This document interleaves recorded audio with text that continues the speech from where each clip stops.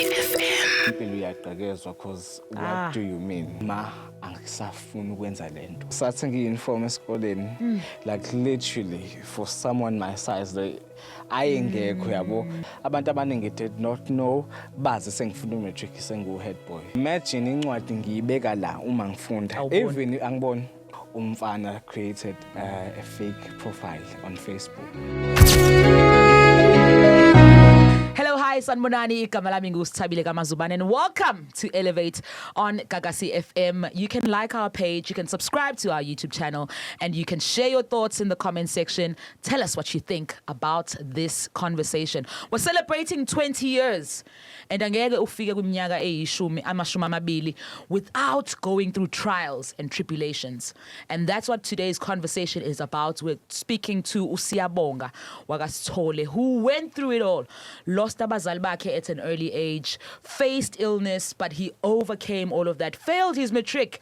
Today we find out how did he do it. Siyabonga, sawubona. Yebo sawubona. Unjani? Siyabonga ukuthi uzosijoyina la ku Elevate, where we talk about conversations about how people can really change their lives, and I think your life in particular is one that is inspiring. So sizoqala ekuqaleni and talk about you growing up, having lost your parents. How was that upbringing for you? So I lost my parents. I think I was doing grade 2 when I lost my dad. And then I was doing grade 4. Yeah, it was in 2010 and then 2012. I'm sorry. But yeah, so I had to like ukuthola impilo ngikhuliswa uma wami ugogo wami kodwa ngimbiza uma wami. So ngikhuliswa uyena till ngize ngibe mngaka like siwa sivuka naye. Yeah. Nikhula kunjani la ninogogo? Kukhona bani ekhaya? Omalume, auntie? Just paint the picture for us. So uma like back then wayenamathenda. So uma namathenda, there was a point where we lost everything. You know, she had to start from eqaleni athunta ukuthi idificate ezayikheli and then she went to caring for abantu like the old age, abantu abadala. So I think strength ngisithola kuyena kakhulu ukuthi kuyaqaleka phansi. Yeah. So nje ngikhule ekhaya bakhona osisi bama, which is ugogo wami, bakhona like my siblings. Yeah, I'm an only child kuma wami. But nje ngikhona ingane auntie like odade bethu like most khona amantombazane ekhaya, and then bakhona omalume. So nje ngikhule kanjalo. Kind of warm, they made things possible, yabo. Okay, so siya uyakhula abazali abasekho. How does that affect who you are as umntwana omncane? So you know ukuthi like mensa yingane uma this ubaba, you know, so especially when you had like present parents, like my dad was so present, like bengimthanda engithanda, even my mom. So nje ikhona phela leyo vote ukuthi labantu abareplaceke, but ngenxa yothando la gogwami, which is my mom. So bekungazweli because she did everything for me. She did everything. She provided everything I needed. So yeah. All right. We're going to get to the part where you're in matric and you fail your matric. Yeah. But in your earlier years, umfundo njani esikoleni? Uyaphasa noma you're struggling? What kind of a learner were you? So I am very bright. I think they can like Shabamba primary up until high school grade 9 or noma ngithi grade 10. I think into uyaqala ka-10 to grade 10. Because I remember receiving a script from uthisha wami it's hayibo siya kwenzakalani, what is happening, are you dating manje, kwenzakalani, iyona lento ikhona into ekukhipha esikoleni kodwa manje sasiqala term 2 because I did very well ngisaqala high school up until grade 10 term 1. But ka grade 11 ngabuya kancane and then kwalahleka futhi. Oh yeah. Yeah, and then grade 12 in 2020 kwa term 1 like kwahamba kahle and then ngahlala ekhaya. Sahlala ekhaya for loya 3 months period, 3 months eCovid kune lockdown. Okay. And then mengibuyela esikole, masibuyela esikoleni ila sahlala khona kancane and then ngathola iCovid. I think from one of my friends noma abantu nje khona iCovid because sayithola sibaningi kodwa bona basheshe bahela. I think it had to do with like weights, you know, and everything ukuthi healing process ibe slow yangishaya kakhulu ke mina so a point where ngangihlela embedeni literally ngangize uma wayengigeza yena embedeni uyena wayengilento wayenginakekela yeah because I think ukuba ngayesibhekela ngaba ngizange ngibuye because I struggled breathing kwakunzima ukuphefumula but sashaya ama home remedies yonke inhlobo yemithi ayikhona and then eventually I even lost weight ngangiqoka igown. Yeah, ngathi ngiyabona ukuthi nanihlanganisa umhlonyane because ngalesa sikhathi there was the main remedy. Yes. Take me through your emotional state ngaleso sikhathi, like how are you coping mentally? Oh my God. Into yokuqala nje I was worried ngenza umatric. Yeah. You know, I'm one person osaba ihlazo kodwa I think ngase nginokwamukela ukuthi okay noma yini ngenzeka la. So nganginokusaba sengiyakubona kwesikole but for impilo yami nje ukuthi am I gonna make it alive la, am I gonna survive, yabo angisabeli mina kuphela but I'm also ngisabela umndeni wami ukuthi what if uyayithola nawe le COVID phela sebekhulile yabo, what if uyayithola and then ishaye yena kakhulu okudlula mina. But nje ngiyambonga why cautious like in everything she did ukunginakekela nje. Yeah. Okay, and then you said you contracted the COVID. Yes. And you suffered a lot from it during that time. Is that then what leads ukuthi uzeke ufaile umatric wakho?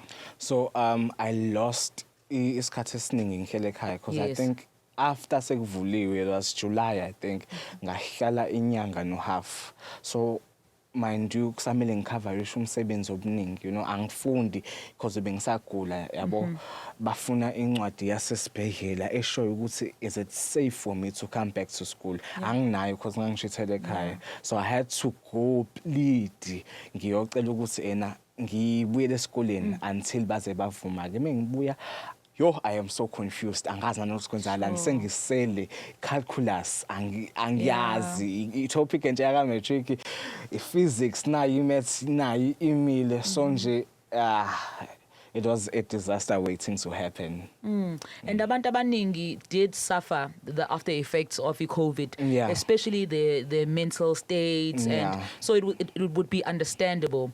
Ngifuna ukuyibuza ukuthi what is the thing that kept you then going after having gone through that kind of failure? So I think one of the things that kept me going was abangani. I had that time because I had a friend or a pharmacist. So I was inspired by him ukuthi no, this is the life we have to like live impilo with goals, with careers. So angikwazi ukuphelela engeleni, you know, ngiwumuntu olisaba ihlazo mina. So what do you mean ukuthi ngingaphumeleli? I don't know, akuyenzi sense. So I had to like have a conversation with myself ukuthi no, do something. Yeah, do something. Yeah. At the age of 21 you decide ukuthi yazini, after having failed umatric wami and trying again elsewhere and it wasn't working for you, you said you went to a technical college to try and upgrade your studies. Take me from there. So 2020 aphuma ama results 21 January akahambanga kahle. So and then ngahamba ngaye Briatech. So mengifike Briatech ngiregistered ukuzo-upgrade. And then mhlawumbe ngafunda iviki khona. Ngazwa ngeprogram yayise-Richards Bay ye-WTS and Prof KSB, and then I went lapha ka-Prof ngafika nga-upgrade i-maths yami ne-physics ne-life sciences, I think. So mengifika khona ngifike nje ngizame and then ngiphase sengibhalile ngoNovember. So ila kwazi ukuthi ama-marks angithathe angihambise angibeke eBria futhi ngiyabuyela eBria la ngangizo-upgrade khona. Sengiyofunda ke manje u-N3 to N4. Like iBria yayi-private, so uma ukhokha yonke leyo nto. Yeah. So and then it was 2023, like ngabo June, ngithi ma angisafuni ukwenza lento. Imali engaka siyabona. Imali engaka, you know? Ngithi nje ma angisafuni ukwenza lento sengifuna ukuyeka. So ngathatha isinqumo ngahlala phansi naye sasikhuluma ngathi ma I want to go back to school. I feel like I have unfinished business, you know? Ngangithi ngifuna ukuthi mengihlala phansi sikhiphe i-statement nabangani bami. Kubonakala ukuthi hayi bafundile labantu. So ngihambe ke sithole sifuna izikole, ngakhumbula ngihamba eClermont ngiye ebuhle bemfundo ngathola abathatha abantu trying to save for uma because isikole sesisitholile. Sagcina sesikhethe sona ke phambili high school in Seaview. So this is where ngabuya khona because the first time I wrote a test, it was mhlambe uday 2 ngifikile ngabhala i-test ye-maths and then ngaphasa. Literally ngingakayazi ngaphasa ngabona ukuthi okay ngisendaweni right ngisendaweni right. Yeah, omunye umuntu yaza ngayibuza ukuthi because you were already what seems as you were already far or N3 no N4 you were further. Yini lekuphusha ekutheni no go back go back. So even though nga-upgrade ama-marks but ayangema ngaleyo ndlela nanokuthi I did not have a passion for engineering. I did enjoy the practical parts, your titration and everything, but chemistry nje especially. But no, it wasn't me. I knew I had to have a career in health sciences or even law. Yeah, it was between health sciences no law. Yeah, and then I chose health sciences. Okay, ubuyele deskini ke manje usesikoleni usubhala ama test. You're obviously going to be much older than ama peers akho. I mean 21 uka grade 11. Yeah. How does that make you feel? So I remember ngifika sathi ngi-uniform esikoleni like literally for someone my size ayengekho yabo half jeans wahlala la kwangathi crop top but ubona ukuthi ingane zemini kodwa ke I think I was fortunate enough ukuba sesikoleni right esineyingane ezi-right so mengifika ngamukeleka and then ngakwazi ukuthola umuntu engizonavigate naye indlela. Yeah. Njengoba ukhuluma ngeingane being mean, have you ever faced maybe like an incident where they were mean to you and how did you overcome isimo esikanjalo? Okay, so I've dealt with most abantu ababengibullisha yabo like ubona ukuthi they are not even worth my time, but there was this one incident. Umfana created a fake profile on Facebook. So he took my pictures on Facebook and then I remember I was crying and then he posted my picture at Lomfana Namabele, you know. But throughout the whole years, I mean throughout iminyaka le nje abantu nje bullies bana effect employing yami. Yeah, literally I know who I am. I'm secure ngobumina yabo ngiyazazi ukuthi nguba so akekho umuntu ozofika ngibring it down ngamazwi. Yazi, you certainly do come across as umuntu who's very confident umuntu futhi who's very secure. Where do you think ukuthi that comes from? I think uthando labantu Yeah. literally ngingafika in a room kuzophunywa kumnandi, you know, so abantu they protect me yabo baya protect usiya as a whole ukuthi Okay. yeah, because even on TikTok there was an incident yomuntu who tried bullying me but people had my back. Yeah. Okay, wabuyela ka matric ke the second time around. Yeah. Ungathi the time that you go back, what was the thing that now you were going to do differently? Le yagcina ekugcineni isikuphumelelisa. So what I did differently was to ukubeka uvalo eceleni and then ngifocus on the goal at hand ukuthi I need to go to varsity, I need to work hard, and I need to also ngibuyise mina and ngiyenze uma alentos abe proud ngami, yeah, because uma like there was this one time ngibala ukuthi hayibo she has spent so much on me, so I need to do something in return for her, so I made her proud ngokubuyela esikoleni. That was the bravest decision ever.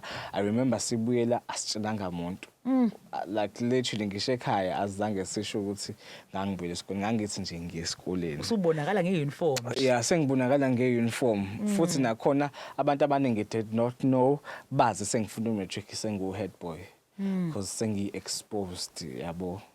Yeah. In your journey that you have walked since, and we're going to talk about your progress just shortly, ungathi iyiphi milestone oyibona ngazi ukuthi this was really difficult for me kodwa ngakwazi ukuthi ngi-overcome? So the first thing about difficult was my eyesight. Yeah. So I have cataracts. Cataracts, I think ulwelwe emehlweni ulwembu yabo. So cataracts le yenze ukufunda kwami kwanzima because both uniye no far vision damaged. So imagine incwadi ngiyibeka la uma ngifunda, even angiboni, even ifoni ngiyibuka kanje because amagama uma ekude angiwaboni, ibhodi shutha uma ela futhi angiwaboni. Yeah, ibhodi angiliboni. Even in varsity I still like struggle, but I am going to undergo a surgery soon. Ukususa cataracts.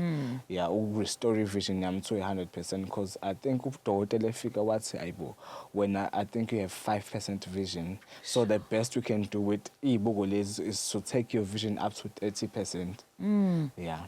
So imagine having to work 3 times harder than the average learner. Ngenxa ukuthi ufuna ama marks are right, you know, it's draining. It's draining. Yeah, and now you're in varsity. Now I'm in varsity. Congratulations. Thank you so much. Wenza Bachelor of Nursing. Yeah. Tell me what inspired lesi sinqumo sokuthi ke ukhethe nursing in particular.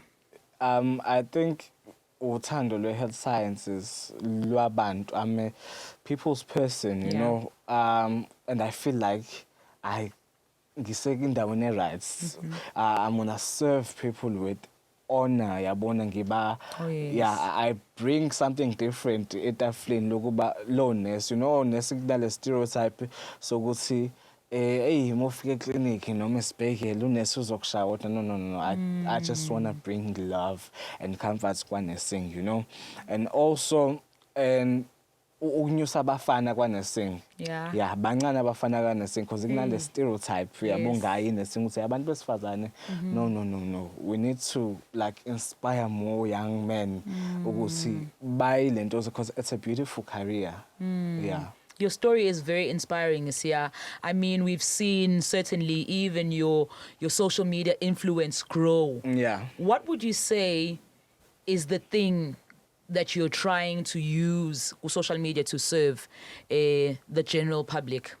So my TikTok like account is mainly based on academics and also nje ubumnandi nje yabo, because I would literally say anything mina nje into ephuma umnyomo ubona abantu sebehleka uthi bengizenzela iconversation nje yabo nanokuthi if people are around me kuba mnandi nje siyayiculela because I love singing siyayiculela senza yonke into but nje it is to inspire people yabona nokuthi i-goal is to educate noma abantu bahambe nami ngikhule kule career engikuyona yabo. Oh yes. Yes. Oh yes. Kunomuntu that is watching this interview as we are about to close. What would you say to someone who feels like, hey, I've fallen behind, man. I'm not where I thought I would be ngalesikhathi. I'm not, ama goals ami awahlangani. Ungathini kulowo muntu who feels like they've failed or they've fallen behind? So islogan sami ngihlezi ngisisho ukuthi uzoyithola kanjani uhlele ekhoneni nanokuthi impilo iyaqekezwa because what do you mean? What do you mean ukuthi uzohlala nje ungenze lutho uzoba umthwalo kaba. So kulowo muntu mhlambe ohleli nje osacabanga ukuthi khipha abantu into yokuqala nje einqumeni zakho. Abantu ngeke baze bakwenzele lutho. Mina ngabuyela abantu bedoubta ukuthi hayibo umngaka umdala kangaka ingane ezizothini uzohlekwa izingane nani usiya usefunana esikoleni. I knew ukuthi yini into angiyifunayo and I knew ukuthi mina I had to succeed. I knew I was destined for greatness. Yeah. Sure. So nje ngithi mina sukuma lapha ekhaya sukuma nje uzenzele. So even abantu sibabonile bebuye benotete esikoleni alikho ihlazo nephutha ngokubuyela esikoleni. So go back to school noma upgrade or even go to university because khona abantu abahlele ekhaya benama marks amahle yabo. Yeah, imfundo is the future nje ikona engakusho ukuthi vuka uzenzele because akekho ozokwenzela. Like lo muntu osakunakekela manje uyahamba yabo asikeli sivakashile sonke la emhlabeni. So kumele uzenzele igama nawe so awukwazi ukuhluleka yabo. Mina nje ngiwile ngayivusa ngayivusa so nje enza njengami. Yeah, ngiyithanda kakhulu uma uthi impilo iyaqekezwa. Impilo iyaqekezwa. Where can people find you on social media platforms? So my name is Siyabonga Yenziwe Sithole. Kodwa kulentozo ku Instagram uSiyabonga Carlos Sithole. U TikTok uSiyabonga Sithole noma uSiyabonga Carlos Sithole. Uzongithola nje Facebook Siyabonga Sithole. Sedulous Tenacious nje uzobona. Yeah, that's the only social platforms engisanawo kwamanje. Thank you so much Siya for sharing your story. Kubonga mina. There you have it. Impilo iyaqekezwa, uyaphokophela, uyaphikelela, uyaqinisela, and we hope that you can relate to today's story. Like our page, comment and share your thoughts. Igama lami nguSithabile kaMazubane. Until the next one.